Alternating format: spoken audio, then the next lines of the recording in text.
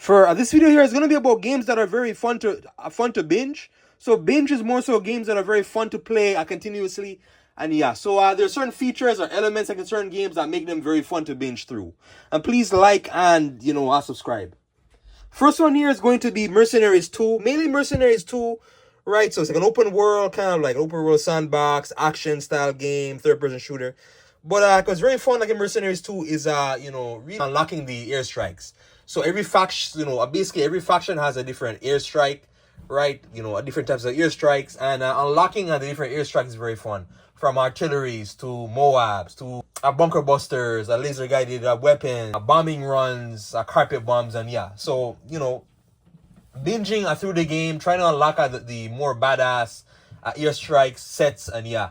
Even as well at the game, there's also multiple vehicles, military vehicles, helicopters, tanks, etc. Right, and different factions will have different types of vehicles, and yeah.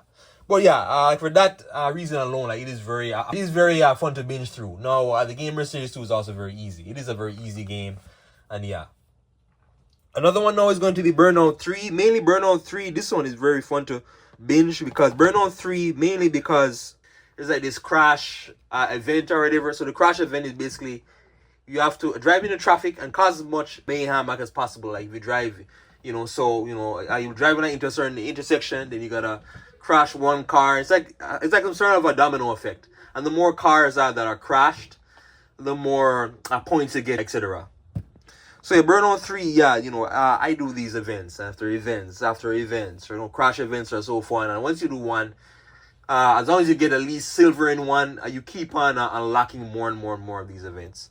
But yeah, definitely Burnout 3 Techno. And the races are very fun. And another one or two is going to be the Bad Company series, Battlefield Bad Company 1 and 2. Especially, 1. Like, 1 is how I got introduced to multiplayer games.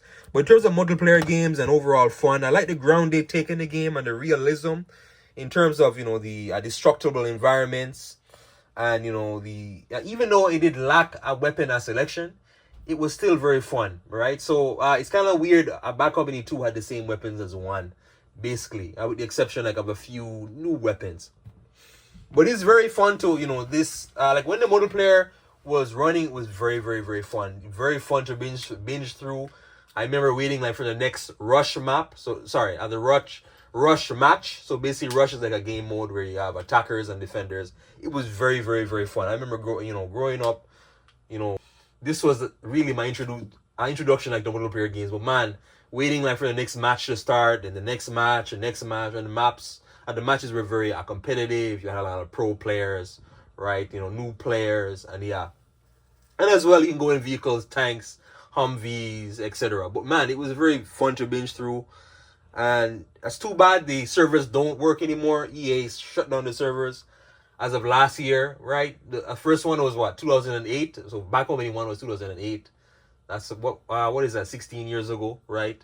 And yeah, but yeah, definitely the Bad Companies. A Returnal, I talk a lot about a Returnal, but mainly because of Atropos Towers. So the Towers arcade mode, this, I spent at least 30, 40, 50 hours into this alone, in the game. Altogether, a Returnal, I played over, 80, 83, 84 hours in the game, right?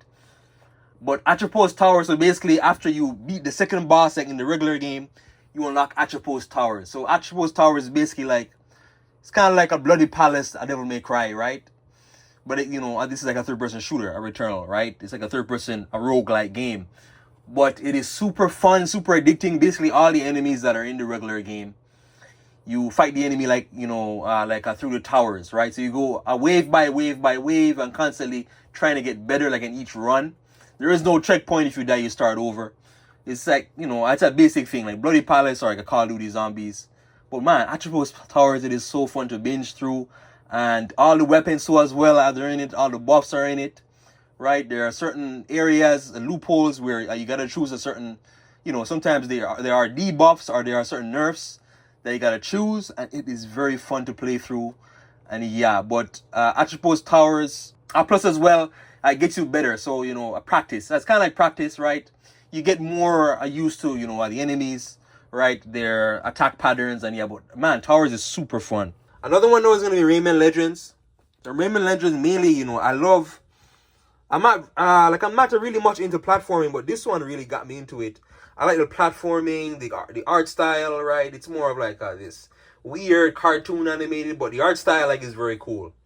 But binging through the game, so basically you wanna what do they call it again? You gotta collect as many of those blue, blue creatures as possible in every level. So you basically collect as many as possible, and the more you collect, the more levels you unlock. So basically, like a platformer, right? There's a lot of cool platforming levels, right? Where the environment is falling down on you, right? The environment is curving. There's bosses, there's loopholes, there's double jump traps, and yeah, lots of different enemies, and yeah. But binging to unlock, and basically like every level will have like a very unique art style, or some sort of unique barrier or puzzle you have to get through.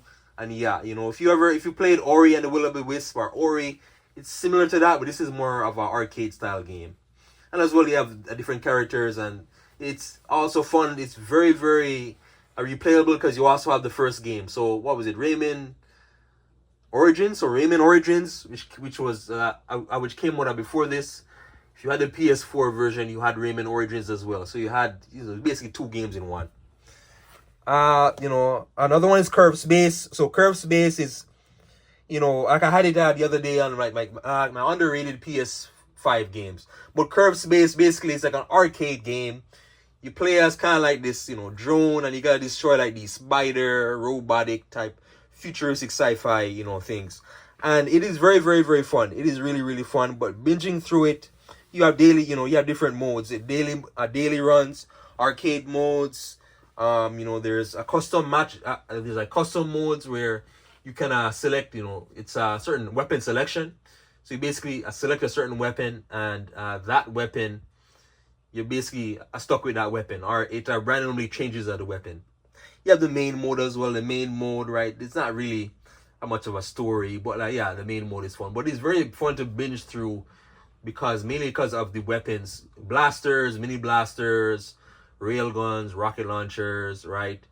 Electric projectiles, and yeah, the enemies as well. The environment curves, so the environment curves as you move into the environment. So as you move, like for example, there's a map. If you go to the edge of the map, you basically flip. So you flip out to the other side of the to upside down. So the entire game flips, to upside down. It doesn't flip upside down, but you flip to the other side of the map. It is very cool.